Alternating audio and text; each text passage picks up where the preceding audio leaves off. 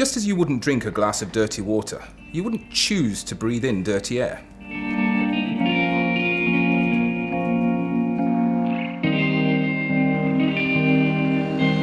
So what if you could see the air in such a way that you could know how much pollution you and your family are exposed to? How would it affect your lifestyle, how you travel, how you live, or even where you live?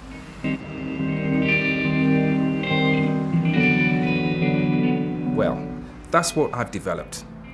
A machine that allows you to see the pollution all around you.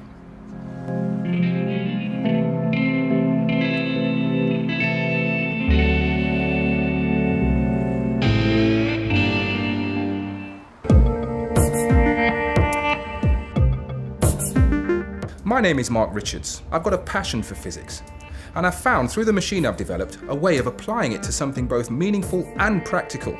But like most inventions, it starts off as a piece of research. I'm using this clean water to represent clean air, and when I shine a beam of light through the water, it goes through, fairly uninhibited. However, if there are pollutants present, then that pollutant will absorb some of the light.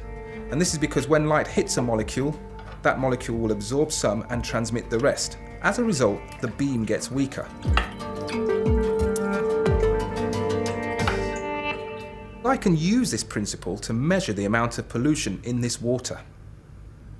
If I was to conduct a similar experiment in the air, most pollutants are not visible. They absorb very little visible light. Luckily, many pollutants absorb light outside of the visible range, ultraviolet light. Instead of visible light, I can direct an ultraviolet light beam through the air, and any chemicals which are present will absorb specific wavelengths. Each pollutant has its own signature in the ultraviolet region. The resultant beam is measured with something called a spectrometer.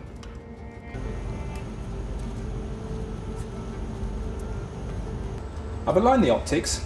I've also connected the source and the spectrometer. Finally, I've run some air through this chamber and also injected some pollutants. So let's look at the results. The large peaks here are due to sulfur dioxide, an important pollutant. It's mainly produced by heavy industry and also diesel engines. You can see these smaller peaks which are due to nitric oxide, emitted by petrol engines. This setup actually allows me to detect many different gases simultaneously. And not only that, we can actually measure how much of each gas is present. So, now I can see pollution, which is great, but this is just an experiment in the lab. The challenge is how I can adapt this for use in the real world.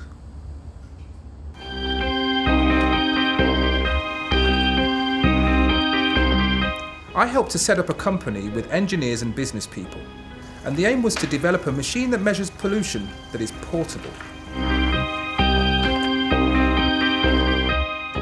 The optical path of the ultraviolet light beam has to be quite long, so I use a series of UV reflective mirrors to create multiple reflections so that we can make the unit short enough to carry.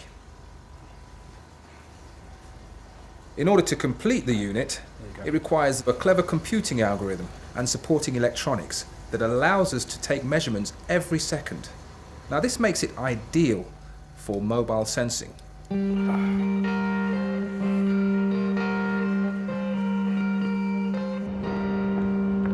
So I'm here at the inside the quad at Imperial College, and I was just actually checking the pollution levels. Seems pretty good so far.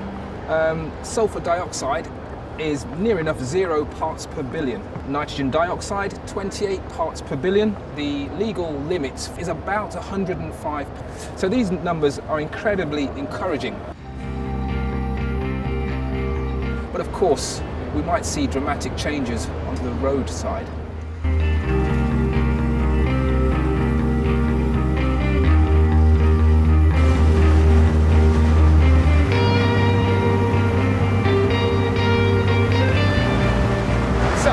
Junction here.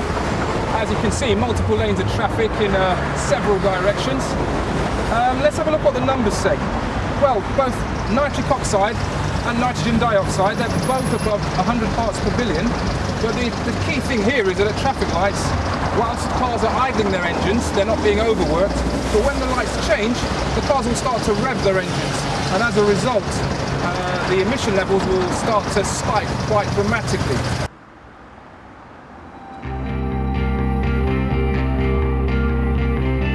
I've managed to couple the unit with GPS, which means I can now map pollution readings to exact locations. And when you combine this with the fact that I can measure every second, it means that I can now generate a pollution map, a bit like a weather map. Furthermore, you can actually update this map in real time. That means as the pollution changes around you, you can see the changes straight away. So if you're an asthma sufferer, for example, you can actually have a look at this map and decide where to go or when to go. Okay, so this is the data. Yes. Great. Can we go to this?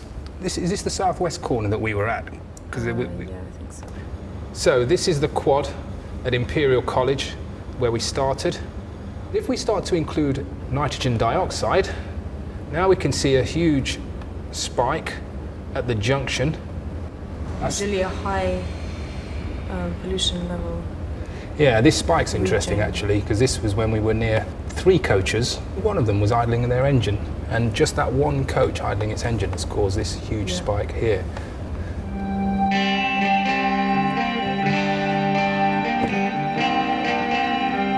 Now, I've just put the unit in a weatherproof case. This means I can stick it on top of my car, which means I can cover a much wider area.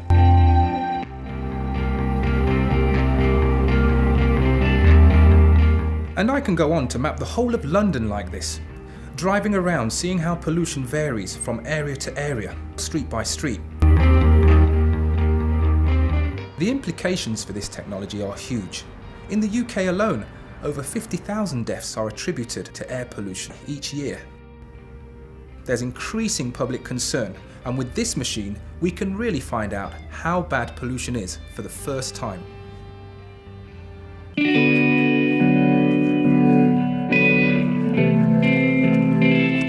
The bottom line is, if you knew more about air quality, you could build a better environment around you.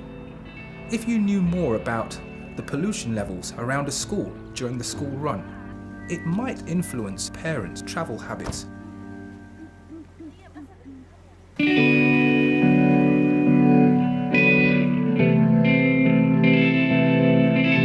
So, with my physics, I've managed to develop something real, something useful, but more importantly, something that helps to improve the quality of life for my family by allowing them to see the air they breathe.